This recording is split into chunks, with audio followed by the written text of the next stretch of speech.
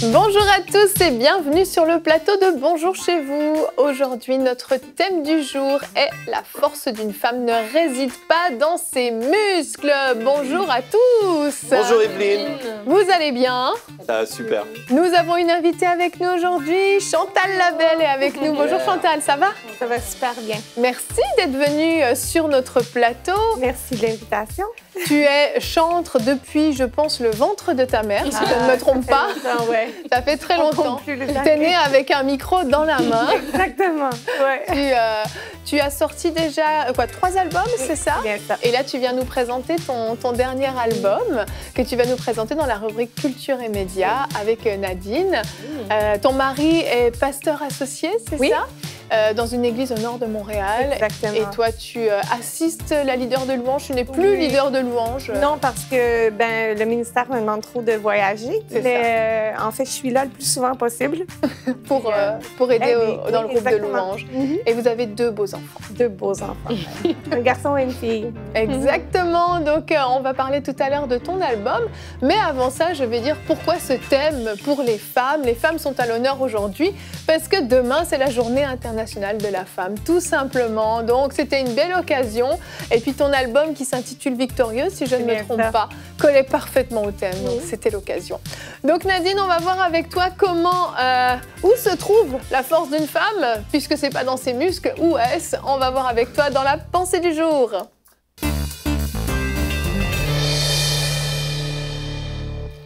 Alors aujourd'hui, je vais prendre le temps de vous encourager, mesdames, à devenir fortes. Alors que vous êtes faibles, on a dit que demain, c'est la journée de la femme.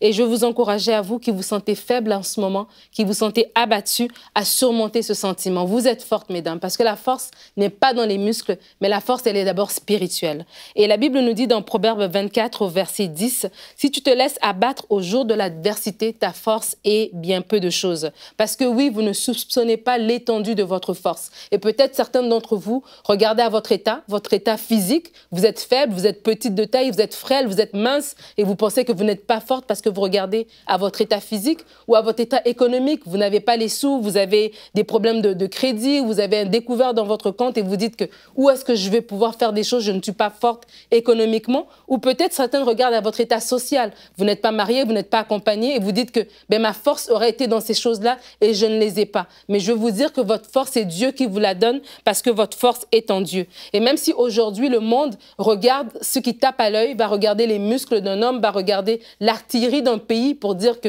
ce pays est fort, mais vraiment regarder les choses de façon spirituelle. Qu'on soit homme ou qu'on soit femme, ça n'a pas d'importance parce que c'est spirituellement que Dieu nous fortifie et c'est spirituellement qu'on abat, qu'on déplace des montagnes. Et je vais vous parler de quelques femmes dans la Bible qui m'ont inspirée pour ce thème ici, parce que la Bible nous parle souvent de certaines femmes qui ont traversé des situations difficiles, des circonstances graves, qui ont été abattues un temps, mais qui ont surmonter toutes leurs difficultés. Et elles vont nous inspirer ce matin. Je vais vous parler de Naomi. Naomi vivait des choses tellement difficiles. Elle a perdu son mari, elle a perdu ses fils. Elle était dans la pauvreté. Elle est revenue dans son pays d'origine et elle est revenue dans la désolation. Elle est revenue la tête baissée. Et elle était tellement dans les problèmes qu'elle a dit « Appelez-moi Mara ». Elle était prête à changer son nom, à porter un nom d'amertume parce qu'elle passait des temps difficiles. Mais je veux vous dire à vous aujourd'hui qui sont peut-être comme des Naomi, ne vous laissez pas abattre. Vous allez être capable de surmonter les circonstances que vous traversez. Dieu est avec vous. Et c'est Néhémie qui dit à son groupe qui est dans la désolation, il leur dit « Ne vous affligez pas parce que la joie de l'Éternel sera votre force. » Il y a la femme à la perte de sang. On connaît très bien cette histoire de cette femme qui était dans une maladie depuis 12 ans. Mais ce qui est intéressant, c'est que cette femme-là, elle a fait preuve de foi d'abord dans son dialogue intérieur. Elle vivait une épreuve difficile, mais elle s'est parlé à elle-même. Et vraiment, la Bible nous dit dans Philippiens 4, verset 7, que la paix de Dieu garde vos cœurs et vos pensées en Jésus-Christ. Et vraiment que dans votre dialogue intérieur, que vous ayez cette paix de Dieu, que vous allez rechercher cette paix. La paix de Dieu vous empêche de déprimer. La paix de Dieu vous empêche de paniquer devant des situations difficiles. Alors, mesdames, vous êtes fortes. Comme Anne, la mère de Samuel. Elle était dans un état difficile, mais elle n'a pas baissé les bras devant la fatalité. Elle est retournée à Dieu. Année après année, la Bible nous dit qu'elle retournait au temple. Elle retournait à chaque fois. Pourquoi? Parce qu'elle savait que sa force était dans l'Éternel. Et un jour, elle a eu cette fameuse phrase du sacrificateur Élie qui lui a dit « l'année prochaine à la même époque ». Et vraiment, je veux dire cette phrase pour vous aussi, que l'année prochaine à la même époque, ou même dès aujourd'hui déjà, Dieu répond à votre prière, Dieu vous relève. Je vais vous partager ce verset de Ésaïe 40, 31 qu'on lit souvent. Mais dans la version Martin, elle est très belle parce qu'elle dit que ceux qui s'attendent à l'Éternel prennent des nouvelles forces. Les ailes leur reviennent comme aux aigles. Ils courront et ne se fatigueront point. Ils marcheront et ne se lasseront point.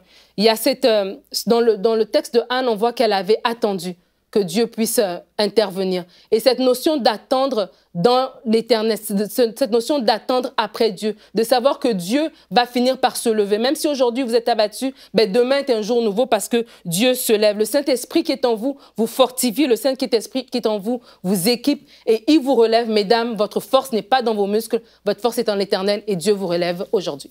Alléluia! Nadine met le feu sur ce plateau.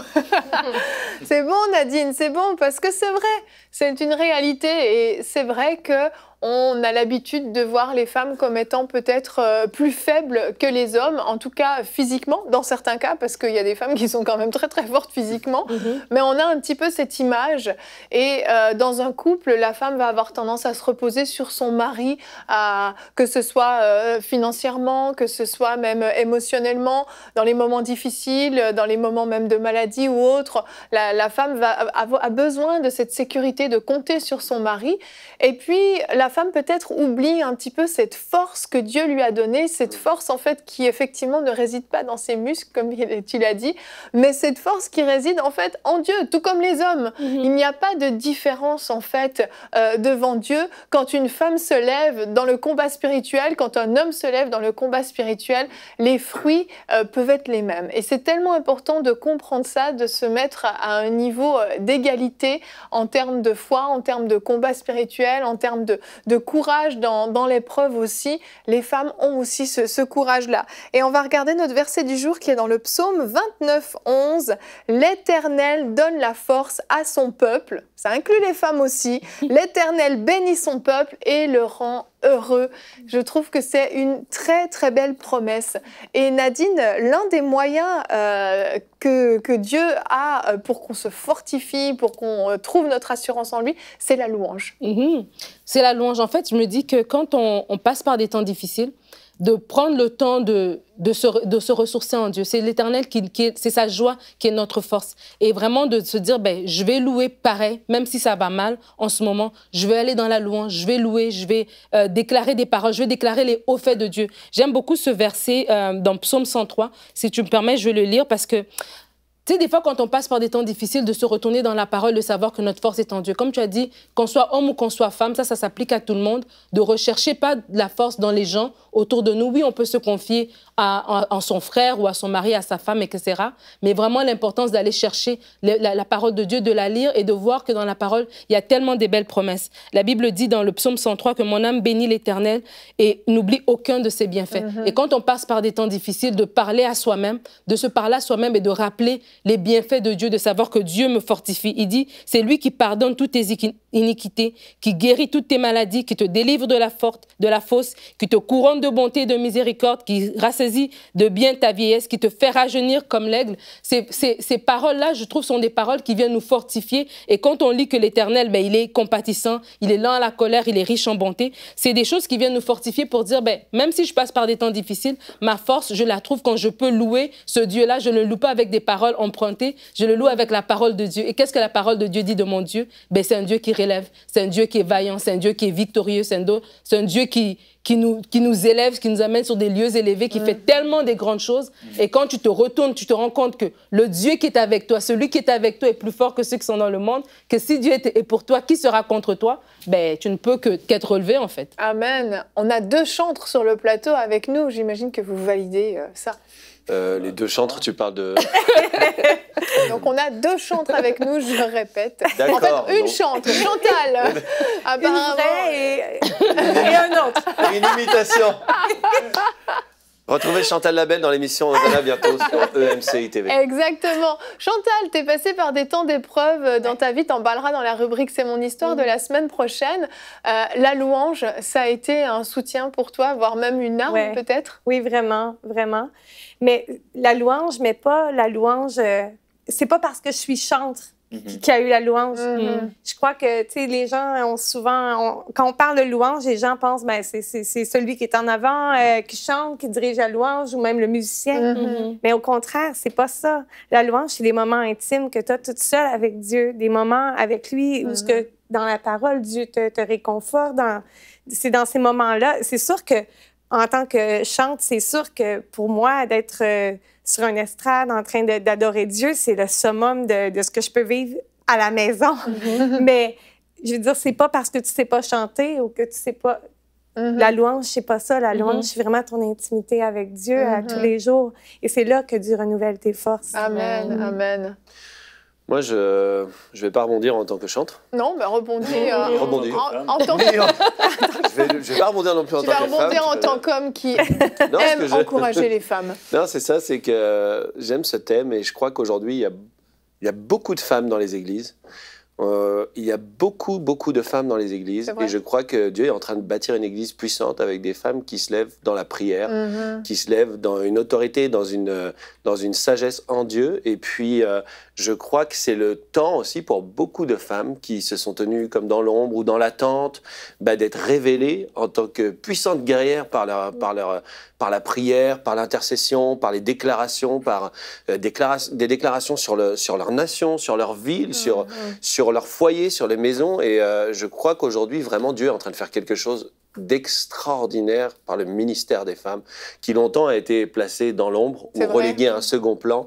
Mais on voit qu'aujourd'hui, l'Esprit de Dieu qui habite dans ces femmes veut faire quelque chose d'extraordinaire. Et on est passé même plusieurs fois avec Jérémy, on s'est retrouvés on faisait du ministère dans plusieurs églises et on a vu et on a été comme interpellé de la même manière à voir que dans telle et telle assemblée, Dieu allait faire quelque chose d'extraordinaire au travers des femmes qui étaient dans la maison. Et on voyait qu'il y avait une atmosphère de foi et que même bizarrement ou bien j'en sais rien, mais les hommes étaient même eux ceux qui étaient plus en retrait et que les femmes avaient pris comme possession du territoire, dans la louange, dans la prédication de la parole, dans les exhortations et tout ça. Et c'était vraiment extraordinaire. Et on voyait que c'était vraiment de Dieu, que Dieu veut faire quelque chose.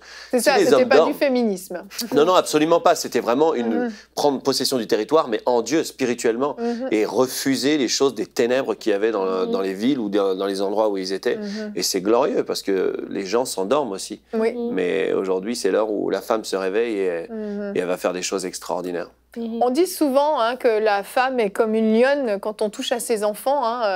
Il y a tout à coup une guerrière qui surgit, qui était cachée. Mais parfois aussi, l'autre revers de la médaille, un petit peu, c'est que la femme est tellement habituée à tellement tout gérer qu'elle oublie de pouvoir se reposer en Dieu. Et ça, Nadine, c'est aussi un point important pour renouveler nos forces. Mais oui, des fois, dans des temps difficiles, de savoir que la Bible dit dans Lamentation 3,26 qu'il est bon d'entendre en silence le secours de l'Éternel. Ouais, c'est ça. Ça m'a l'air d'être ça. Ça m'a l'air d'être ça. J'ai perdu ma fiche. J'ai perdu ma fiche. C'est bien ça. C'est toi qui l'as écrit. Et ça, c'est vraiment important de se reposer en Dieu. Un petit peu comme l'Ésaïe 40 que j'ai lu, que ceux qui se confient en l'Éternel renouvellent leur force. Et dans l'autre version, ça dit ceux qui s'attendent à l'Éternel. Et ça, c'est vraiment important, alors que des fois, la femme, elle a tendance aussi que quand les choses vont... Elle a besoin d'une solution tout de suite. Et des fois, on se fatigue juste à s'éparpiller, à réfléchir 1 million de fois comment la solution va arriver, mais de savoir rester dans les bras du Seigneur, rester dans ses bras, de savoir, comme j'ai lu le psaume tantôt, que Dieu finira toujours par se lever. Dieu est pour vous et Dieu combat pour vous. Alors même si vous passez des situations où il y a des épreuves et vous n'avez pas de force, mais votre force, elle est renouvelée en Dieu, mais non seulement qui vous donne la force, mais qui vous donne aussi la paix, qui vous donne la joie, qui vous donne de passer à travers ce vent, mais avec sa paix qui vous garde, qui vous empêche de paniquer, qui vous empêche de déprimer, de manger des chocolats et puis de la crème glacée en n'en plus finir. Parce que vous savez que c'est l'Éternel qui combat pour vous. Amen. Et ça, c'est vraiment important aussi en tant que femme de réaliser cette force-là, cette force qui est mentale. Parce que des fois, je vois des dames qui sont... qui sont dépassés par les événements, que ce soit avec un enfant qui est malade ou qui est rebelle, ou une situation de chômage, ou bien des finances qui vous arrivaient pas à bout du mois et tout ça, mais de savoir que, oui, vous n'avez pas la force physique, mais vous avez la force de prier. Vous avez un Dieu qui combat pour vous. Vous avez un Dieu qui s'intéresse à vous. Vous avez un Dieu qui veut vous relever. Il ne veut pas que vous restiez par terre. Et comme on a parlé de Naomi, oui, elle avait des temps difficiles, mais cette dame-là, quand Dieu l'a relevée, ben écoute, elle était dans l'histoire de la lignée de David. Tu vois, Ruth a donné naissance à Obed, qui a donné naissance à Isaïe, qui a donné naissance à David. Regardez comment Dieu a restauré la vie de cette femme-là, de façon extraordinaire. Donc, mesdames, Dieu est avec vous et fortifiez-vous en Dieu. Amen. Ça me fait penser à une histoire que Anne nous avait partagée sur le plateau de Paroles de Femmes. Une fois, elle disait quand elle venait d'avoir son bébé, une de ses filles, et je crois qu'elle en avait une autre en bas âge. En tout cas, elle était vraiment épuisée physiquement, même moralement. Elle était vraiment très fatiguée et elle disait qu'elle avait même plus forcément la force de prier, mais que tous les jours, elle prenait du temps avec Dieu dans le silence, même si rien ne sortait, mais juste pour se reposer en Dieu, où elle se reposait vraiment sur Dieu, elle se déchargeait sur Dieu, puis elle sentait comme ses batteries être rechargées, en fait, juste être dans la présence de Dieu. Puis des fois, se reposer en Dieu, c'est aussi des fois juste ça. Il n'y a même pas besoin de mots parfois. C'est juste demeurer dans la présence de Dieu et laisser Dieu faire le travail, laisser Dieu nous renouveler, laisser Dieu peut-être guérir nos blessures, laisser Dieu agir en nous. On s'abandonne pleinement à lui, puis on lui fait confiance pour une restauration complète. Et dans le Nouveau Testament, on lit que la femme est de nature plus délicate, oui. ou certaines traductions, un sexe plus faible. Mais si en tant que femme, la femme peut s'identifier en fait à Christ, parce que la Bible dit qu'il est venu comme une racine faible un peu, dans un endroit desséché, une faible racine. Et quand il est sur la terre, c'est sûr qu'il était faible par rapport à ce qu'il était au ciel. Et il a choisi de s'affaiblir, de descendre dans un corps mortel et donc forcément sujet à la faiblesse. Et pourtant, il était vraiment plein de puissance. Et il y a quelque chose que j'ai remarqué souvent, entre autres chez le ministère de plusieurs femmes, c'est la difficulté de comparaison avec ce qu'elles ont toujours vu, c'est-à-dire des hommes qui prêchent, des hommes qui, voilà, quand elles lisent même au niveau de la Bible, les apôtres qui accompagnaient Jésus, c'était des hommes. Et le fait de se comparer et de vouloir ressembler fait en sorte que plusieurs trouvent leur force dans leurs muscles et deviennent quelque part comme des hommes. Et j'entends souvent des femmes parler, je me dis c'est dommage parce qu'elles ont perdu ce qui était leur essence et en fait leur force. Ce qu'elles ont peut-être perçu comme une faiblesse, c'était une force. C'était ce que Dieu a mis en eux, parce que Dieu n'a pas créé un être faible en créant la femme. Il s'est pas dit tiens, je vais créer un être faible pour que l'homme puisse dominer sur elle. Il a créé un être fort. Il a créé un être fort, mais dans une particularité différente, pour que l'homme et la femme, voilà, ne puissent faire qu'un. Et c'est difficile et c'est attristant en fait de voir souvent ces femmes, parce que je pense que quelque part elles se comparent à des hommes, elles pensent qu'elles doivent avoir les mêmes muscles, le même charisme, le même caractère, alors que non. Moi, ce que je trouve vraiment fort chez une femme, entre autres, c'est la douceur. La douceur d'une femme, c'est exceptionnel, c'est quelque chose de divin, et aussi cette douceur qui doit se trouver en l'homme, elle se trouvait en Jésus. Jésus était plein de force, mais aussi à la fois plein de faiblesse. On le voit à Gethsémanée dans l'image la plus forte peut-être de sa vie, et plein de faiblesse, mais aussi plein de puissance. Et quand on est faible, la Bible dit que c'est là qu'on est fort. Et c'est peut-être une des particularités que Dieu a données à la femme, qui est peut-être entre guillemets un sexe plus faible, c'est de se reposer avec plus de force en Dieu. Et on parlait du lieu secret, de la prière, et c'est vrai que des fois les hommes sont par terre et c'est la femme qui va les relever. C'est vrai, vraiment. Une prophétie que je vais donner, qui se trouve dans l'Ancien Testament, c'est que la Bible dit que Dieu donne une parole et les messagères de bonnes nouvelles forment une grande armée. C'est vrai. Et je crois, en lisant ce verset un jour, que cette parole est pour aujourd'hui, en fait. Je crois vraiment qu'on est dans la saison, où, comme Gwen le disait, je veux appuyer ça, où le Seigneur donne une parole en ce moment. Et les messagères de bonnes nouvelles forment une grande armée. C'est le temps pour aujourd'hui. Que ces messagères qui ont peut-être été blessées, qui ont peut-être voulu ressembler à des hommes, gardent leurs particularités, gardent ce qu'elles sont, et puissent former une grande armée pour annoncer la bonne nouvelle de l'Évangile. Et je prie, et je crois que c'est dans le cœur de Dieu que ce ne soit plus seulement des hommes qu'on voit dans les rues annoncer l'Évangile, etc. Parce qu'il y a des femmes qu'on ne pourra jamais toucher. je pourrais pas me retrouver dans une chambre d'hôpital avec une femme ou quelque part à parler avec une femme. Il y a des endroits, il y a des lieux, il y a des femmes que seule une femme peut toucher. Mais Dieu est en train de lever une armée aujourd'hui, et c'est aussi une armée de femmes qui vont se lever dans leur douceur, dans leur expression, leur particularité, pour annoncer la bonne nouvelle de l'Évangile et former cette grande armée que le Seigneur est en train de lever. Amen. Moi, pour appuyer ce qu'il dit, c'est que depuis 4 ans, je me promène beaucoup, particulièrement en France. Et quand j'ai commencé à voyager, on me disait « Oui, mais Chantal, t'es une femme, tu vas voyager toute seule. » Il y a beaucoup de pasteurs dans les églises qui sont encore pas très ouverts au ministère de la femme, particulièrement en France. Et puis, je me suis dit, on commence, puis on va voir ce que Dieu fait. Et j'ai vu des choses extraordinaires, des portes qu'ils ont ouvertes. Des fois, j'arrivais dans des églises et les pasteurs me disaient OK, fais ton ministère, parce que je ne faisais pas que chanter, je donnais mon témoignage et tout. Et souvent, à la fin, je faisais des appels et j'allais prier des fois avec mon mari, des fois avec les pasteurs, je priais pour les femmes et tout ça. Et un soir, je suis arrivée dans une église et le pasteur dit OK, c'est bon, tu fais ton ministère, mais à la fin, tu ne peux pas prier pour les gens parce que c'est les pasteurs seulement. Et moi, j'ai dit, OK, c'est correct, ça va, on respecte ça et c'est pas plus grave. Et à la fin, je fais l'appel et il n'y a personne qui avance. Et là, je vois le pasteur qui me regarde. Et là, il me dit, il prend le micro et il dit à tout le monde, s'il y a des femmes qui ont besoin de prière, je vais vous inviter à venir en avant. Wow. Et là, il y a une vingtaine de femmes qui sont en avant. Et il a fallu que je prie pour chacune d'elles. Et tu vois, j'ai vu comme un mur qui a tombé. C'est pas que le pasteur était pas correct. C'est juste que dans sa conception, pour lui, c'est quelque chose qui se faisait pas. Et j'ai vu tellement de choses comme ça arriver depuis le ministère et je vois de plus en plus. Et le Seigneur a toujours ouvert les portes pour moi, même si je suis une femme. Je ne vais pas là pour dire que je suis un pasteur, c'est pas ça. Je viens là, je fais ce que j'ai à faire, je fais des conférences, je fais toutes sortes de choses, la louange et tout. Et les portes, ils se rouvrent. Parce que Dieu, quand Dieu ouvre une porte, il n'y a pas un homme qui peut la fermer.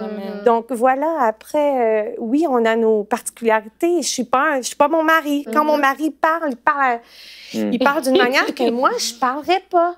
Mais c'est ça, j'ai une douceur, j'ai peut-être plus un contact personnel des fois avec les gens que mon mari, c'est ça, que mon mari a, mais d'une autre façon. Donc, c'est correct, on est différents, puis je pense pas qu'on n'est pas là pour prendre la place d'un homme. Oui, c'est ça. Mais un n'empêche pas l'autre. Exactement. Chacun à nos endroits, chacun où Dieu nous appelle, et puis... Amen, amen. Merci pour ce partage. C'est bon d'avoir un retour du concret. Et je dis amen, messieurs, à cette prophétie. Vraiment amen, parce que oui, Dieu a besoin autant des femmes que des hommes. Et les femmes ont été longtemps un peu mises en retrait. Et il est temps que les femmes aussi se lèvent. Pas seulement les femmes, mais les femmes aussi. Et Jérémie, tu vas maintenant répondre à une question dans la rubrique « Pasteur, j'ai une question ». Alors, c'est une question qui nous a été posée de Rab, ou Rab, je ne sais pas exactement comment on prononce. Les femmes dans l'Église ont-elles le droit de se maquiller, lisser les cheveux, etc. Alors, c'est une question qui peut paraître très banale, mais justement, ce genre de choses peut être un frein pour certaines femmes de pouvoir servir le Seigneur, parce qu'il y a peut-être certaines façons de voir les choses, certaines mentalités qui font qu'il peut y avoir des blocages pour certaines femmes. Donc Jérémie, dis-nous, est-ce qu'on peut se lisser les cheveux, on peut se mettre du vernis à ongles, on peut se maquiller? Sinon, c'est une femme ou un homme qui a... On ne sait pas. Hein. Je ne sais pas. Je ne sais pas. Bon, j'ai utilisé un pseudo, c'est moi. Dis-nous tout, vite. Si c'est un homme, en tout cas, et d'ailleurs même quelque part si c'est une femme, je voudrais encourager la personne qui pose cette question à voir dans son cœur si elle a ou il a un problème avec la femme d'une manière générale. Parce que ce genre de questions, on comprend qu'il y a un contexte religieux, etc. Parce que dans le monde, on ne se pose pas cette question, donc c'est dans l'Église des fois. Bien sûr. C'est la compréhension de la femme en elle-même, comment Dieu voit la femme. Et je pense que cette personne ou les gens qui se posent ce genre de questions devraient se poser, avant de regarder l'extérieur et est-ce qu'elles peuvent porter un pantalon, etc. Qu'est-ce que la femme, en fait, pour Dieu? Comment Dieu voit la femme? Avant de voir si elle a le droit de ceci, de cela, comment Dieu la voit. Je crois que déjà, ça pourrait répondre à cette question. Et je pense qu'en posant cette question, Rab fait référence au seul passage dans le Nouveau Testament qui nous parle de cela. Donc, dans 1 Pierre au chapitre 3, que votre parure ne soit pas une parure extérieure, cheveux tressés, ornements d'or ou vêtements élégants, mais plutôt celle intérieure et cachée du cœur, la pureté incorruptible d'un esprit doux et paisible qui est d'une grande valeur devant Dieu. Et c'est ainsi que les femmes saintes qui espèrent en Dieu se paraient autrefois et se soumettaient à leur mari. Amen. Amen. Un peu plus haut dans le texte, donc deux phrases plus haut, en fait, le texte commence comme ça, en tout cas ce chapitre. Et donc vous de même, femmes, soumettez-vous à vos maris. Ainsi, ceux qui refusent de croire à la parole pourront être gagnés sans parole par la conduite de leur femme, en observant votre manière de vivre qui est pure et respectueuse. Et c'est dans ce contexte que Pierre parle ici. Il parle de la manière de vivre, la conduite qui est pure et respectueuse, en voulant dire simplement que la parure de la femme et l'attention de la femme, et même comment la femme se voit elle-même. Une femme ne devrait jamais se voir à travers son maquillage ou à travers la façon dont elle est habillée. D'ailleurs, un homme, c'est la même chose. Une femme qui ne peut pas sortir de chez elle sans être maquillée, selon moi, a un problème sur la vue qu'elle a d'elle-même. Je pense que Dieu l'a créée ainsi, et il y a un problème peut-être d'identité, d'acceptation de soi. Mais pour répondre à la question ici, qu'est-ce que veut dire Pierre? Pierre n'est pas en train de donner un cours sur comment on doit s'habiller dans l'Église. Il est en train de dire aux femmes, dans un contexte aussi où l'opulence, l'argent, les richesses extérieures, à l'époque, les femmes qui avaient beaucoup d'argent, elles pouvaient se mettre 20 colliers autour du cou, 20 des bijoux de toutes sortes, etc. Il est en train simplement d'établir un principe dans l'Église, et pour la femme, votre valeur n'est pas dans ce qui est extérieur. Sinon, celles qui d'ailleurs n'ont pas d'argent pour se maquiller ou n'ont pas d'argent pour des bijoux. Dommage pour elles. Pas de bol, mais c'est qu'en fait, leur parure est intérieure. Et c'est ça d'ailleurs, et je parle aussi aux fiancés, à ceux qui veulent se marier, célibataires hommes, de ne pas rechercher ce qui est extérieur avant tout, mais d'abord ce qui est intérieur, parce que les proverbes sont pleins d'encouragement à ce sujet, qu'un anneau d'or au nez d'un pourceau, c'est une belle femme, mais dépourvue de sens. Donc on peut avoir une belle femme, mais voilà, c'est pas l'anneau d'or en fait, c'est qu'est-ce qui est dans le cœur. Donc ce que veut dire Pierre dans ce passage, et on pourrait lire tout le chapitre, c'est que la valeur de la femme, c'est cette parure intérieure, elle est cachée. C'est vrai qu'elle va peut-être prendre plus de temps pour s'occuper d'elle-même, et c'est pour ça que Pierre parle aussi aux femmes ici. Votre parure, votre force, votre lumière, votre valeur, c'est pas l'extérieur, c'est l'intérieur. Il leur dit simplement, mettez votre attention. Vous n'avez pas le droit de le faire. Oui, c'est ça. Oui. Non, mais je précise quand même, parce qu'il ne dit pas ça si on lit ce passage. Il dit votre attention, en fait, c'est ce qui est, c'est intérieur. En fait. Donc, tout le reste, il n'y a pas de souci. Elles peuvent se lisser les cheveux, se mettre des pantalons. D'ailleurs, Dieu porte une robe dans l'Ancien Testament, on le voit. Elles peuvent se maquiller, etc. C'est pas un problème. C'est ça. C'est des détails, et c'est l'important, c'est le cœur. On pourrait le voir dans l'Ancien Testament, des exemples, comment Dieu aime d'ailleurs cela. La fiancée, dans Jérémie, dans Ésaïe, dans Jérémie, Dieu parle, et il dit, mais est-ce que la fiancée, elle oublie ses parures? Donc en parlant on pourrait parler en tout cas, toutes sortes de passages dans la Bible qui nous montrent que Dieu n'a aucun problème avec ça.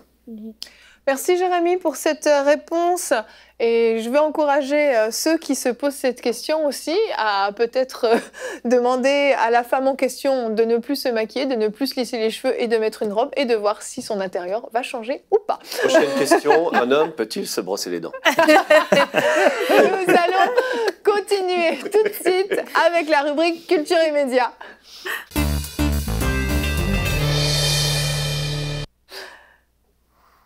Oui, Gwen, tu peux te brosser les dents. Merci pour cette réponse. J'ai connu quelqu'un qui ne se lavait pas les dents parce qu'il trouvait que c'était pas spirituel.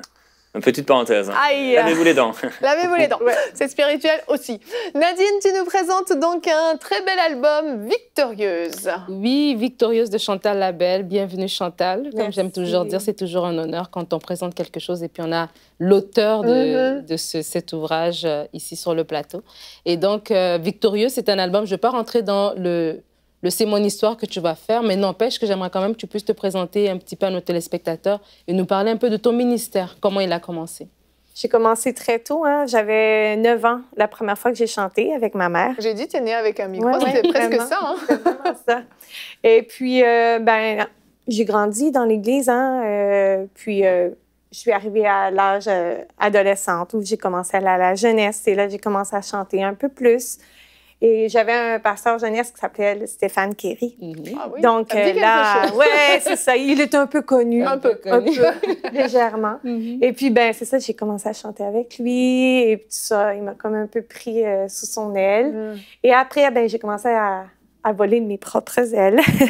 Alors, j'ai fait un premier album en 1999. Et après, il y a eu un gros trou de 10 ans où j'ai continué à chanter à l'église. Hein. Moi, je suis une directrice de louange. C'est mon premier... je dis souvent, je ne suis pas une artiste. Je suis une directrice de louange. Je fais la louange. Et après, c'est ça. Et il y a eu 10 ans de grandes épreuves qui ont fait en sorte que je chantais mais dans mon église et j'avais plus envie de retourner là, avec des albums et tout. Et puis, finalement, il est arrivé toutes sortes de choses et j'ai fait un deuxième album en 2000... je me souviens plus de l'année. 2001, non? 2001, c'est ça? Non, Dans les je suis années mariée 2000. en 2001. Oui, c'est ça. J'ai fait un autre album. Et puis, là, c'est ça. Cet album-là s'intitulait « Ma promesse » parce que c'est une promesse que j'avais faite à Dieu.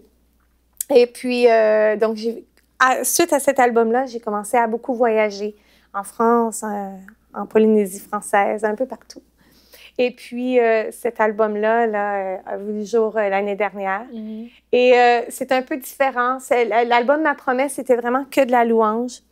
Et dans cet album-là, j'avais envie de raconter ce qui s'était passé dans ma vie.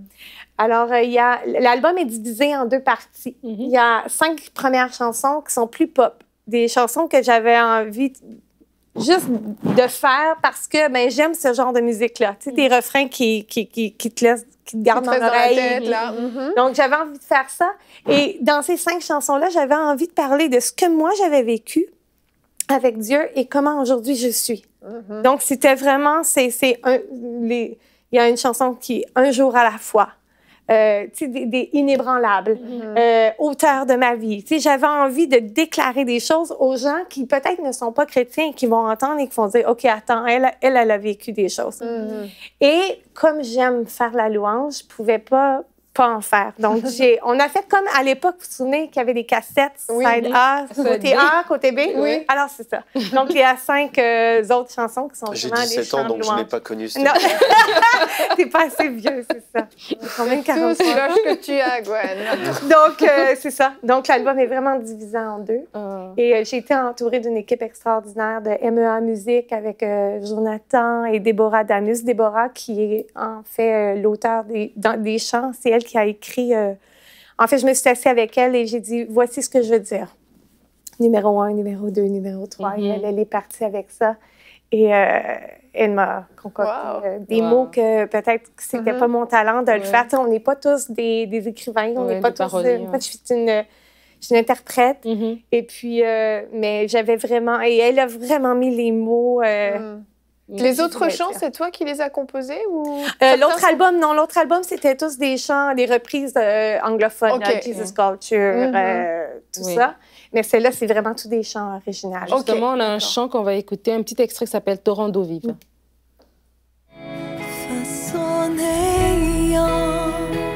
Je confesse m'être éloigné de tes promesses. Loin de ta face, je dois admettre la confusion dans ma détresse. Mais c'est là que j'ai compris,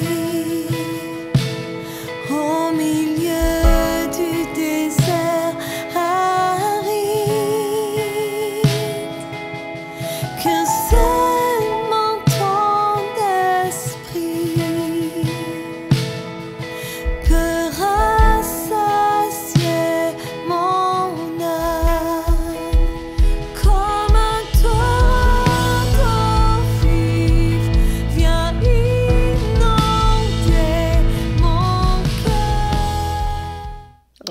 Très belle chanson. Et il y a une autre chanson dans l'album que vous m'avez parlé avant de l'émission qui s'appelle Ta présence. Oui. En fait, spécial. Oui, l'album s'est fait en 2 temps. Hein. Les 5 premiers chants qui se sont faits un peu tout le monde chez eux et puis on a fait un studio. Les 5 d'adoration, on a passé un week-end à la maison avec toute l'équipe de musiciens. OK. Et on a écrit les 5 chansons ensemble. En un week-end? Oui. Wow! Ben, c'est même pas un week-end, c'est même pas 24 heures en fait. Ils sont arrivés le vendredi à 5 heures et à 3 heures le samedi, tout était fait. Pas toutes les paroles, il a fallu travailler les paroles, mais le gros était fait. Wow. Et sur le chant, un des chants qui s'appelle Ta présence, c'est vraiment extraordinaire ce qui s'est passé. On est allé dormir le vendredi et puis le samedi, on se réveillait tous un après l'autre. Et puis Déborah se réveille le matin et nous, on est tous assis autour de la table et elle s'en va dans un coin dans le salon chez moi. Puis elle pleure. Puis elle écrit. Et elle m'a dit, laissez-moi, je suis dans... Elle avait passé un temps... Dans la nuit, il s'était passé quelque chose.